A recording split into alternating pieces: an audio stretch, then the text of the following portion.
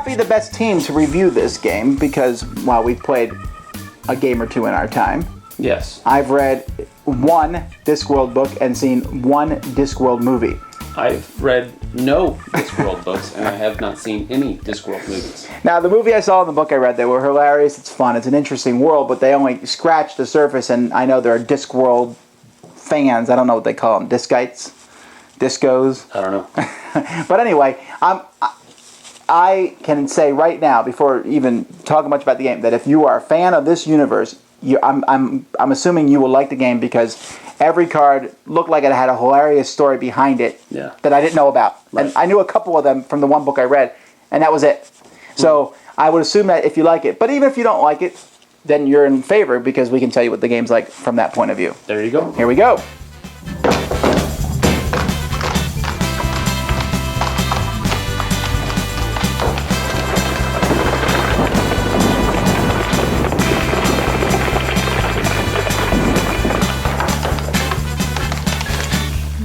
So here's the board with the city of Ankh-Morpork on it. It looks kind of a drab style board. It's broken up into different sections. Each section has a number on it and also has a cost to build a building. Players are going to be getting a card secretly from this deck of cards. This is who you are. So you might be the Dragon King of Arms or Lord Rust or Commander Vimes or Lord the Word. And each of these has a specific victory condition. For example, Commander Vimes wins if the game ends due to cards running out. He wins then. While Lord Rust, he wins if he controls a certain amount of areas on the board. While the Dragon King of Arms, if there are 8 or more trouble markers on the board, that's what these black discs are, he wins. And so there's different victory conditions for each player. Completely different victory conditions. Now, players will each have a set of buildings in their color and minions. And you can see there's minions on the board. And players are going to be drawing a handful of 5 cards from a deck that's made up of 2 different decks put on top of each other. That's kind of a Wallace-y thing to do. And when you play a card, basically you look at the top and you see what the symbols say. So for example, this symbol says place a minion on the board. So if I'm blue, I can place a minion into any spot where I already have a minion or in an area next to a spot where I have a minion. Then it says remove a trouble marker from the board. Hooray! And then it says take $1. And that's it. Now, a lot of the cards will have a little scroll there, and that basically means do whatever the text says down here. Take 4 cards from the draw deck. Stop a player. This hand symbol means I can play it on someone else's turn. This means play another card at the beginning of my turn. And some of the cards let me buy a building. I can only buy a building if I have the most people in an area and there's no troublemaker. Anytime you put a minion in a place where there already is minions, you add a trouble marker. Anytime a minion leaves an area where there's minions, you remove a trouble marker. So trouble markers are being thrown and removed on the board at all the time, but what you want to do, if possible, is build a building in an area if you have the most control of that area. And then when you build a building for an area, you pay the amount of money, put your building up, and then you take, for example, there's a hippo, and then it gives you a special ability. Like, for example, this one here says once per turn you can take $2 from the bank. So every turn I'll get $2. So building these buildings gives you special abilities. Sometimes the cards will tell you to play a random event, which will happen here. These random events can do anything from bringing demons onto the board, or trolls onto the board, or blow up a house, or all kinds of things can happen. The card deck has all kinds of zany things on it. Fortunately, the symbols are explained here, and on the back it shows you everyone's victory conditions so that you know which everyone else might be trying to do. And then it tells you what the special cards are for each of the city areas. The artwork on the card shows all different characters from the books. So you can see maybe if you're a fan of the books, as I'm sorting through these, you might see some people that you know or recognize, and you might be pausing the video right now to say, oh, I know who he is, and the story behind him.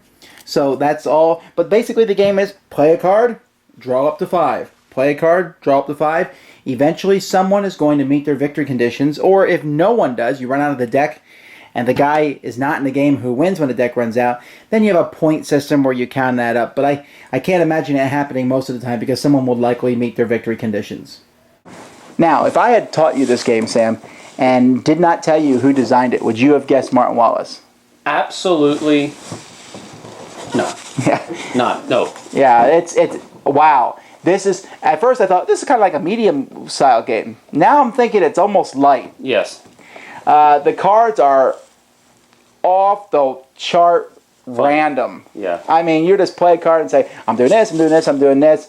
The only real strategy, I guess, is kind of watching to see what end conditions everyone's doing. Yeah, one of the things that I think you should probably do before every game, or if you have a new player in the game, is to read the special winning conditions for each character and make sure that everybody knows what you're supposed to be looking for. Because I think I kind of snuck away with a win in our last game because of a technicality, really.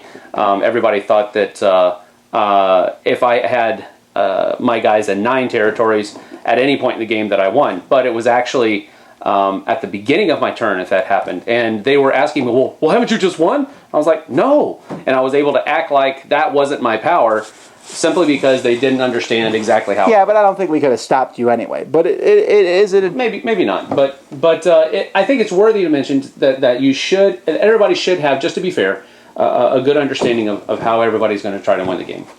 Great artwork, great components. The thing. And as long as you don't get irritated about bad things happening to you, because they're going to happen to you like every other turn. Right.